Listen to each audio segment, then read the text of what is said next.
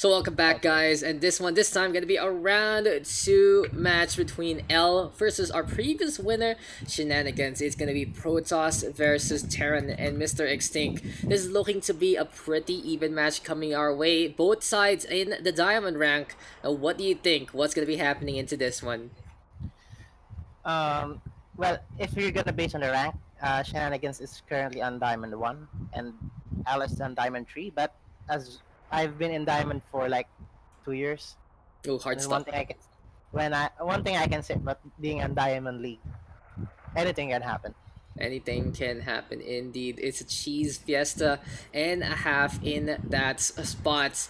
And looking at the maps real quick, this might actually be a few instances of some airplay, some air cheese, or a few proxies along the way. As here we go with our potential first map. It is going to be Eternal Empire. And next on the list, Simulacrum. Finally gonna be Nightshade. Bans are Purity and Industry, Everdream yet again, Golden Wall, and finally Zen. So honestly, this is a map pool I expect mostly to be played. Especially since the ladder pool is relatively newer. You go into maps that are more familiar to you in the first place, and I would say these maps are more standard compared to things like Purity and Industry as well as Golden Wall. What do you think? What really is the philosophy behind picking these maps? As we are gonna get into game number one. Eternal Empire, as far as I know, it's one of the most macro-oriented maps, especially the way it's constructed. It's very big. There's a lot of um,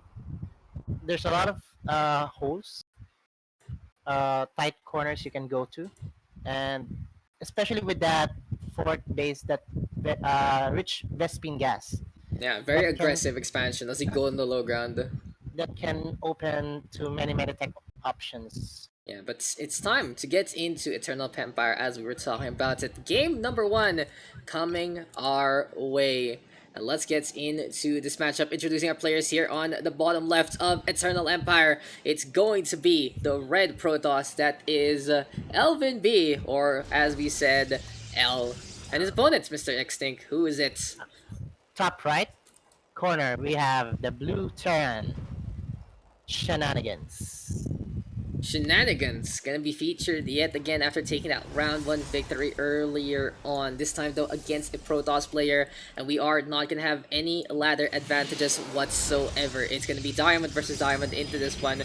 Pretty much the maximum limits in this tournament in the gold to diamond bracket. For our better players, for our veterans, of course, they are going to be featured tomorrow in our Masters bracket. And here on Eternal Empire, a few things I noticed, of course, are really these spots by the Naturals. So easy to get a drop on, or at least hide a few air units here, there, and everywhere. Perfect spot for liberators. And Liberator yeah, harasser. liberate harass. And I've seen on a few instances here in Eternal Empire, here on these rocky ways, siege tanks are so deadly in the chokehold. Yes, that's because there's a high ground on top of the these rocks, and that can hit the Vespine gas here on the natural.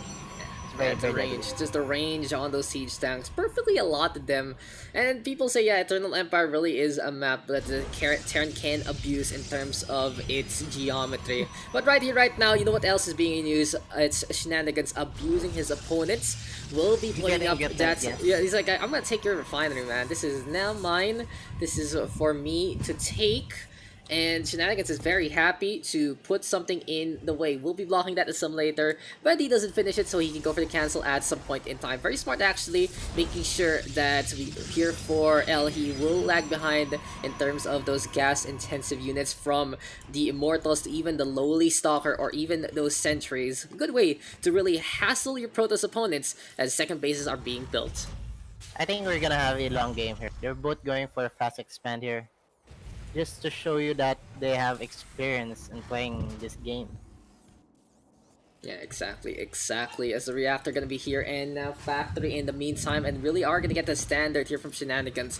Double pump Hellions to go for the harassment onto that middle line. Second refinery now being built, so you can see where the focus here is for Shenanigans in terms of the economy. But in behind, it's finally the Stalker out and about. We're trying to blow up this refinery. In the meantime, look at L. He sets things up here by the by the cliff side, making sure he can potentially block those Reapers, but at the same time, it's not really in the spots that the jetpack can go on in the first place. And look here, it's a robo first for the Protoss here. So let's see if what's gonna do with that robo. Is that gonna be an early warp prism? Might be. It might actually be. This can also be the potential Sentry Immortal Stalker composition to try and just deadball his way to victory with a lot of utility. But he does double pump out Zealots instead, potentially for the defense. Here comes the robo facility right here, right now, and it basically has been the standard structure of the Protoss ground forces for quite a while. If I remember correctly, my history of Immortals was just okay for a while, but especially on this expansion, like, it's been a while since Legacy of the Void is out, but in terms of just how Immortals are really, really potent, especially in this specific version of StarCraft 2. And they have already been neutered to the point that they increased the cost of it in the first place. But hey, Immortals are just such good units right now. Yeah, especially if the Terran here went for a very Marauder heavy army. Those Immortals gonna deal extra damage to them. But hey, it seems like Marine's gonna be in the name of the game here for Shenanigans, and again, potentially a bio opening. So it seems like for Shenanigans, he is a bio player. Usually you can categorize Terran players as two different types. There's bio players, there's mech players. It really depends on what their micro and or macro are suited for in the first place. And you know, I like bio personally. I feel like bio is really the identity of a Terran, especially from the old days of StarCraft 1. You just have Marines, you have Firebats and Marauders, you have Siege Tanks still, and a few medics here, there, or medivacs in this case, to keep the top up on. And speaking of the top up, it's going to be a Liberator here topping up, and exactly as you said earlier on into this game, it's the harassment onto that natural line. Let's see how many kills this Liberator gonna get. I don't think he's looking. He's not looking. There's no stalkers yet. And oh no, this Liberator gonna get so much kills. 1, 2, 3, 4, It's not 5, dude. 6, Come on, dude. Pull. Please 7. pull. Oh, that's a There we go. huge hit. Worth, absolutely worth here from the Liberator. We got the final countdown going. And And I feel like L was waiting for that Paladin to finish and go for his own warp cycle, but he did pull those probes, and that was just literally mocking death in his face, and he gets punished for it. In the meantime, this gives Shenanigans a lot of time to go for the stimp back as well as those 1-1 upgrades. He does mess up his macro a little bit though. We'll go for the call supply instead just to make sure he doesn't get blocked into this one. And look, and here comes the Medivac trap with 3 Widow Mines. I love this. He's I gonna- love this. He's just gonna continue. And look, the Liberator gonna go for the natural. Two-prong try to attack. distract. He has to decide. So L gonna be sending stalkers there. And in the meantime, the Widowmine's onto the main line. It's time to get the burrow on. Does the Protoss notice this? And- Lock on, connecting, and that's huge hits. Sure, that was a pretty good pull there from L, but Shenanigans gonna get lots of value still in that instance and gets to fly on away unscathed. Solid He's start gonna here. keep the units. That's 30 probes against 44. So the Terran here is getting a huge lead here with that probe kills. Yeah, pretty And good with stuff. 1-1 upgrade on the way. I think he's gonna do the same thing that he did versus Onichan, the 1-1 push. Yeah, it's of a Terran. very safe timing for any Terran player. You know your Marines are quite... oh, it's a drop actually from L. He goes for War Press, sends in those 4 Zealots, just harass that line, and it seems like a few SCVs going down there, but not as much. 4 SCVs dying to 20, if I remember correctly. There are 27 actually for Shenanigans versus 4 for L. But back to my point. But in the Did you see meantime... that? it Another seems like- Medivac drop. Another He's done for- medevac drop actually connecting, but as I was just trying to say, my friend, these Marines are quite fragile if left unupgraded, but with the +1, they're able to sustain more of those hits. That's 1 armor really helping them out survive, and that +1 damage, when you have a lot of them together, it really becomes basically a free shot in terms of the numbers. But hey, L has had enough. He's gonna send something out and look to go for the attack. Here comes the Warp Prism again on the top. He's just trying to get this Terran here on the base because he needs to buy time. But you know, at the same time, dude, Shenanigans doesn't care. He's like, sure, I'm gonna be harassed, but I will do one better. Yeah, back on the main line we go. Gets another good chunk of those probes. And I feel like L is losing out on the harassment war into this one. Yeah. He needs to leave a few stars here. This Medivac is getting so much value with those Widow Mines. And Yeah. right now he's gonna go for a timing attack here with a Zealot Stalker Sentry Immortal timing. Yeah, and he does have charge slots, so they're able to get in the face of the bio. But in the meantime, that's a lot of Marines in behind. Goes for the stim back already. Guard shield to mitigate some damage. Force fields to try and get people away. But no, L has to back on out. There's a way too much infantry coming the way of the Protoss. Recall saves the Immortal on a few of those. But at the same time, it seems like GG's already called. There you go. Yeah. There's too much for Shenanigans there. 1-1 is so strong. Not surprised whatsoever at that ending. After all those drops happening here, there, and everywhere, a little too much to handle in the first place. And Shenanigans with a well-deserved victory. Eternal Empire, you can see that he really understands how to play the map, and he's harassing like crazy due to the fact that the geometry of the map allows him to do so. Mm-hmm.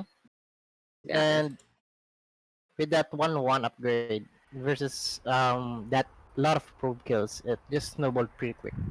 Very, very quickly. That last clash really is like, okay, I need to get out here. Never mind, even if I get out here, I won't have enough to defend. And it was just proper timing there from Shenanigans. I feel like if L attacked a little earlier, could have been a lot better for him in terms of that damage to get to kills those Marines.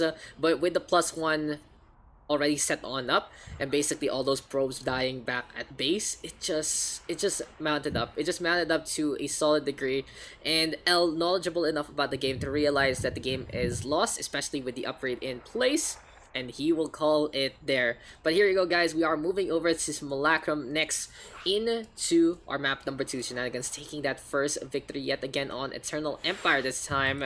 And a really good run so far here for our Terran. Are we actually following our potential future champion here in the Quarantined Gold to Diamond bracket? As we move on in now to the matchup, we are going to see Simulacrums. What do you expect? Will we have something else here, Mr. XtinC? Will we see some Reapers yet again? Or is it going to be a little bit different? Will we have more Marines? Will we have a different kind of cheese?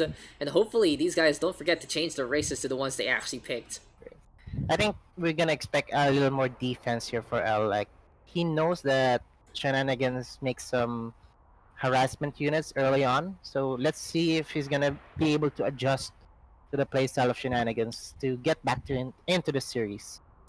Yeah, it's all about the adjustments, and it seems like we are ready to go into game number 2. If L is able to take this, we go on over to map number 3. If not, Shenanigans is going to be moving on quickly to round number 3 and literally making a path of destruction here in the Quarantine tournament. But hey, it's going to be time to go into round number 2, game number 2. And it has been a solid series so far.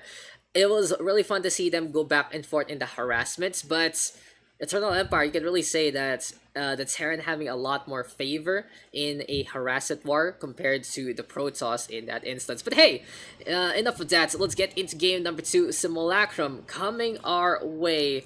And into the corners, it is going to be on the bottom right, the red Protoss. That is L. His opponent, XtinC. Changing the color, actually. On the top left corner, leading the series 1-0, we have Shenanigans. Shenanigans now gonna be whipping out that lovely shade of pink.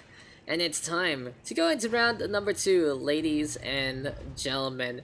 So Shenanigans, already a map ahead, has been very confident in his run, 2-0'd earlier on in his previous match. And this time, he is gonna play it a little more safe, goes to the barracks. Natural opening here for Mr. Shenanigans. In the meantime, L gonna be blocking down the Reaper gateways with his own gateway itself. Yeah, you just want to make sure that that Reaper won't get in that easily. You know, they really made it so friendly. Like nowadays with the maps, there is a sign, there is a hazard in a few of these maps. Like, hey, put Reaper here, or in the case of Protoss, put building here. No need to wall in on the ramp. It's not gonna help you out anyway against a Terran. Instead, just block that Reaper from going for the jump on and make sure that he comes from the most natural routes. But L, let me go for that second base. In the meantime, Shenanigans sets on up. And look at this, the barracks, the proxy barracks coming in here for Shenanigans. Nah, it seems like Shenanigans still not out of his namesake as of yet. Tech Lab actually here and now, so this might be Marauders. Yeah. And with Marauders, they're very, very cost effective, especially against Stalkers from the Protoss race. L needs to get like an immortal pretty quickly if he spots this out, or just find a but he way to scouted shut it. things down. A good scout, a good shutdown, very, very important. But can L spot things out? Oh, it's a bunker rush now coming our way instead. Creeping on in, coming closer and closer. Shenanigans. Making sure that his opponent is not out of the woods as of yet. But he did scout that there's a lack of extra barracks or factories, so let's hope that he might realize something is fishy here. Yeah, so we'll And see. there it is. He scouted the bunker. Good Yeah, scout. Finally spots the dots. But you know, the bunker was just in his face. You don't really scout anything when it's literally in your face. But the Marauder is on the inside of the bunker, already completely protected. This Nexus not gonna cancel. It seems like L will still try to stage with this, cancels the pylon instead. And highly unfortunate, 400 minerals he could have used into something else, going down the drain to that one Grenadier.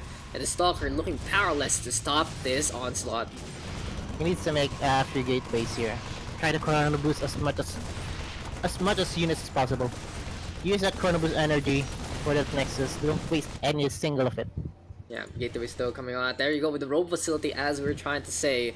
And an Immortal gonna be pretty much essential into this one. Eldo gonna be trying to make a cascade of buildings. He's not gonna wall himself in, that's for sure, but he does provide a little bit of cover and make some natural chokeways for him to try and funnel those Marines and Marauders in later on. But Nexus gonna go down already. Shenanigans in the meantime, going for the macro play. Factory finally coming on up. Reactor gonna be there as well. And potentially some Hellion reinforcements coming the Terran's way. Is he gonna back off? He just wants to deny the Nexus? Or... Yeah, he just wants to delay this Nexus as much as possible while macroing behind. Especially with the CCs up. Yeah, so he's not gonna go commit on the all-in with his cheese. He decides, hey, I want to sprinkle a little bit of cheese powder on my meal, but I'm not gonna go in with all that Swiss. Instead, here comes more and more of these buildings. Starport gonna be coming on at Refinery there as well. And I feel like that Shenanigans really sacrificing a little bit of his macro earlier on to just hamper L and anything he wants to do. Because L now is forced to go for the army instead of going for the macro. In the meantime, the bunker trying to survive, but the Immortal is out and about, and that should be enough DPS here for L to clean things up. One Stalker does go down though, a little unfortunate, but hey, finally the Protoss clears things over and can go for that second base yet again. I think he's gonna go for a counter-attack? Is he gonna go for a counter-attack? Might be sending things out. That Immortal will make him feel confidence, and with a Warp Prism being warped in as well, it's gonna be a good way to bring in more and more of these units from the Protoss. If L can find his footing and actually step on, he might be able to outpower Shenanigans, because he does have that army supply count right now, and Shenanigans not really too ahead in the workers. There's a 2 more, but the mules, of course, making a big difference in that income tab. The siege tanks are gonna be huge. Like, he might be able to defend this with just one siege tank. Yeah, the barracks able to get a little bit of scout information on that main base. But beyond all of this, Shenanigans right now is all about setting things up. He needs to put the siege tank in the proper spots. Maybe a few bunkers might help things out, but in any case, what he really needs in this instance is to add things to his arsenal. A Raven gonna be a good way to bat this. In the meantime, he's not building anything. The Zealots come in, and he's gonna draw the army away, and he's gonna push in the middle run. Come on, dude. He's a little too busy microing those Zealots, and they will die in vain. But here comes more and more of these Zealots. Shenanigans knows it's coming. It's a supply depot on the right, but here comes a 2-prong attack, as Mr. Ken's trying to say. Siege tanks not going for the hits, but it's going to be an attack move on. Force field to make sure it's not going anywhere, but at the same time... Good attack here by L. He realized he needs to make something happen because of that early push, and with this, he might just come back to the game here, denying this expansion. Seems like that might be the case. L, even though it was a little telegraphed, Shenanigans unable to respond as well as he could. But at the same time, not Shenanigans. He actually plopped down his barracks. Earlier on, he was just scouting around. He realized L wasn't paying attention, and he will get a Marine on the base of his opponents. I have a base. I have a base in your base. Let me just put this base in your base real quick. And now 2 Marines gonna come our way. Does L not see this? He does see this. He does see this. He's not looking.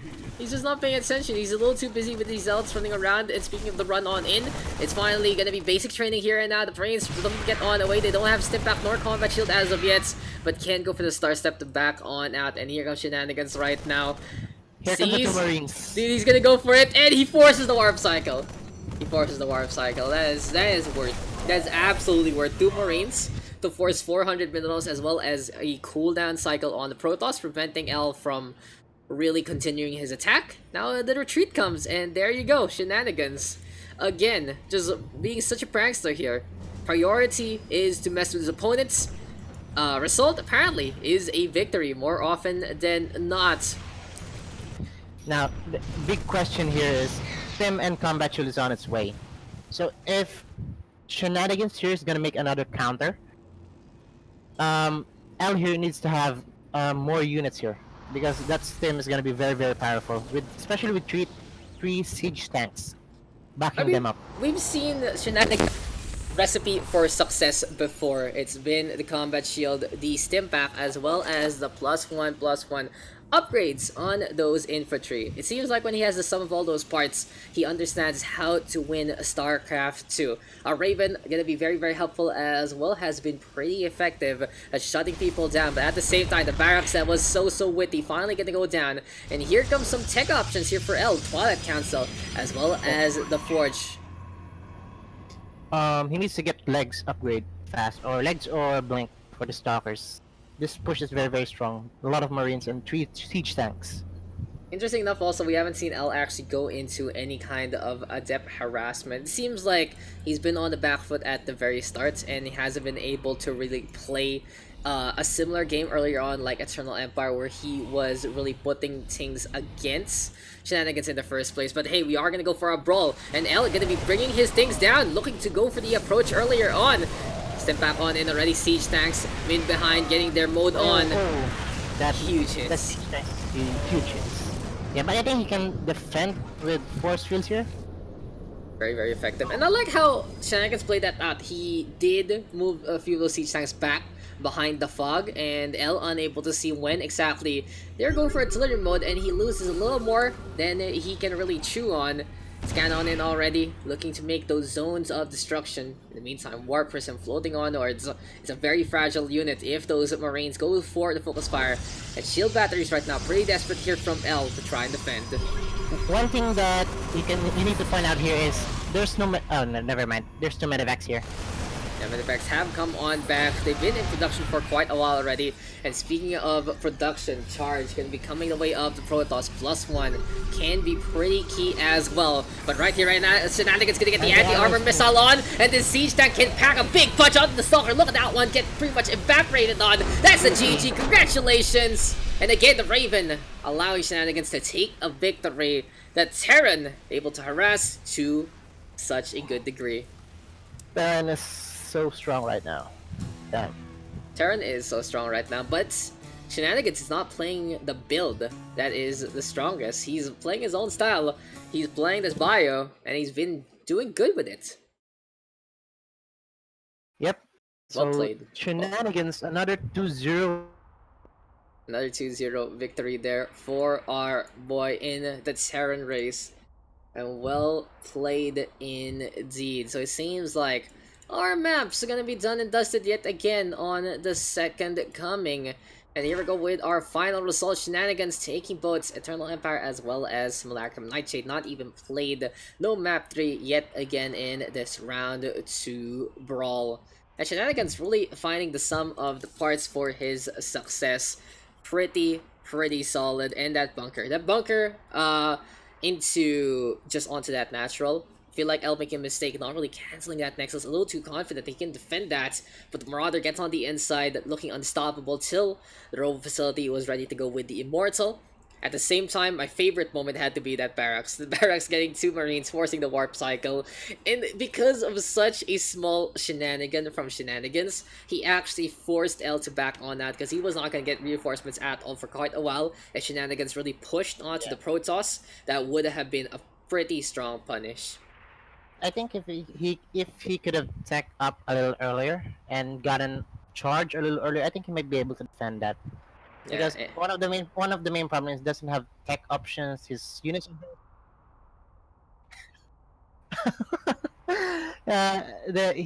he attack. His units are very slow. That's the main point. And with yeah. Stimpack Marines, he's gonna get kited very very hard. Yeah, exactly, exactly. And you saw that even without Stimpack, he was able to kite the Zealots. It was very, very important for him to get that charge. But with the second Nexus unable to come online, well, that's a problem. You don't have that speed upgrade. You don't have the legs. They don't work like they used to before, and that's pretty much it. Game, set, and match. Shenanigans again, playing to his namesake, understanding his build. Like, we've seen one build basically from Shenanigans, one real macro-oriented build. The Reapers don't count, and it's been working out for him so far in the tournament run.